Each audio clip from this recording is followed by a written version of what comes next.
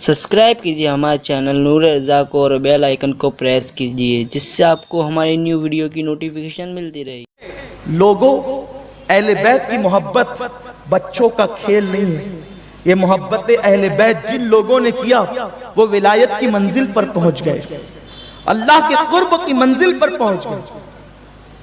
हम अहले बैत से क्या मोहब्बत करते हैं? अगर हम ये समझते हैं कि खिचड़ा बना लेना, शरबत तकसीम कर लेना, 10 दिन मुहर्रम में नियाज तकसीम कर लेना, यही अहले बैत की मोहब्बत है, तो मैं समझता हूं कि शायद हम धोखा खा रहे हैं। यकीनन शरबत तकसीम होगा, होता है, होगा, क्योंकि मेरे आका ने फरमाया कि जो पानी लोगों को पिलाए अल्लाह उसकी मगफिरत करता है, उसके गुनाहों को माफ करता है। यूं ही पानी पिलाने पर जब मगफिरत होती है, मौला हुसैन और करबला वालों की याद में शरबत पिलाने पे मगफिरत क्यों ना होगी? लेकिन हम कहीं पर अपने नफ्स के साथ धोखे में है। नफ्स और शैतान हमें धोखा दे रहा है। हमने अपने आप को हुसैनी तो कहा, लेकिन कहीं हुसैनी कहलाकर हम यजीदी किरदार तो जिंदा नहीं कर रहे। यजीद का किरदार ये है कि वो बंदरों का नाच देखता था। शायद इस गुनाह से 2 कदम हम आगे हो गए हैं यजीद से। वो बंदरों का नाच देखता था और हमारे जवानों का हाल ये है, वो हीरो हीरोइन को नंगा नाचते हुए देख रहे हैं। कितने हुसैनी अपने आप को कहलाने वाले हैं जिनके घर में सुबह टीवी खुलता है तो उसमें गाने नहीं, जिनके घरों में रात में टीवी चलता है तो उसमें ज़िना के मनाजिर नहीं। बाप बेटे एक साथ बैठकर, माँ बेटी बाजू बाजू में बैठकर क्या ज़िना के मनाजिर नहीं देख रहे? बताएं, क्या यही हुसैनियत है? यही हुसैनी किरदार है?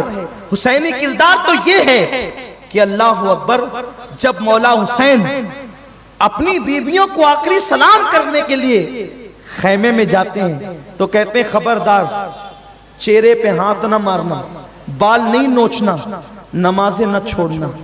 जिस दीन के लिए नाना ने कुर्बानी दी उस दीन को पीठ के पीछे न डालना। गौर करें, आखिरी सलाम करने का वक्त है, उस वक्त भी अपने बेटों की फिक्र नहीं, अपनी बेटियों की फिक्र नहीं। अगर फिक्र है तो नाना के दीन की फिक्र है। हम कितनी फिक्र कर रहे हैं? हमारा हाल ये है, हमने दाढ़ियां बढ़ा ली लेकिन दिलों के अंदर गंदगी वैसे ही है। हमारा हाल ये है, हमने सर पे टोपियां पहन ली, सफेद कपड़े पहन लिए, लेकिन सूद हम खा रहे हैं, सूद हम खा रहे हैं, हराम कारोबार हम कर रहे हैं, शराब के अड्डे मुसलमानों के चल रहे हैं, झूठ बोलकर कारोबार मुसलमान कर रहे हैं। इल्ला माशाअल्लाह। बताएं, क्या इसी का नाम हुसैनियत है? मौला हुसैन की हुसैनियत देखना है तो करबला में देखो। हुर मौला हुसैन को गिरफ्तार करने आया है, अभी करबला में नहीं पहुंचे मौला हुसैन, हुर आया है गिरफ्तार करने के लिए। सोचिए, जिसके बारे में पता चल जाए कि ये गिरफ्तार करने आया है, उसके साथ क्या सलूक किया जाता है, उसके साथ क्या अंदाज किया जाता है। लेकिन जब वो आया और आकर के कहता है, ए हुसैन इब्ने अली, ये 1000 का लश्कर इसलिए लाया हूं कि मैं तुम्हें गिरफ्तार करके उबैदुल्लाह इब्ने जियाद के पास ले जाऊं। देखो मौला हुसैन का किरदार।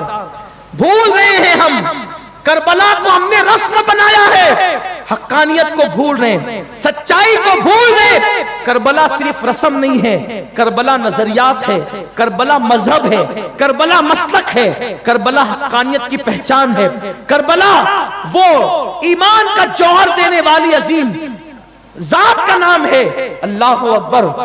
उसने कहा, हुसैन इब्ने अली, मैं तुझे गिरफ्तार करके इब्ने जियाद के पास ले जाने आया हूं। मौला हुसैन ने उसको कोई जवाब देने से पहले फरमाया, हुर ये बता, तेरे घोड़े क्यों कांपते हैं? तेरे घोड़े क्यों कांपते हैं? उनकी ज़बानें बाहर क्यों नजर आती है? ये तेरे साथी क्यों कांपते हैं?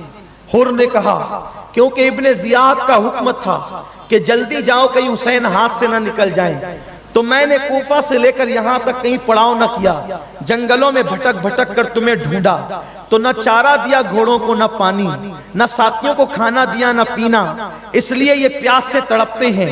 मौला हुसैन ने कहा, हुर, सारी बात बाद में होगी। मेरे मशकीज़ों में पानी भरे हुए हैं, पहले तेरे घोड़ों को पानी पिला, पहले तेरे साथियों को पानी पिला, उसके बाद हम बात करेंगे। आप गौर फरमाएं, जो गिरफ्तार करने आया है मौला हुसैन उसके घोड़ों को अपने मशकीज़े का पानी पिलाते हैं, मौला हुसैन उसके सिपाह को अपने मशकीज़े का पानी पिलाते हैं।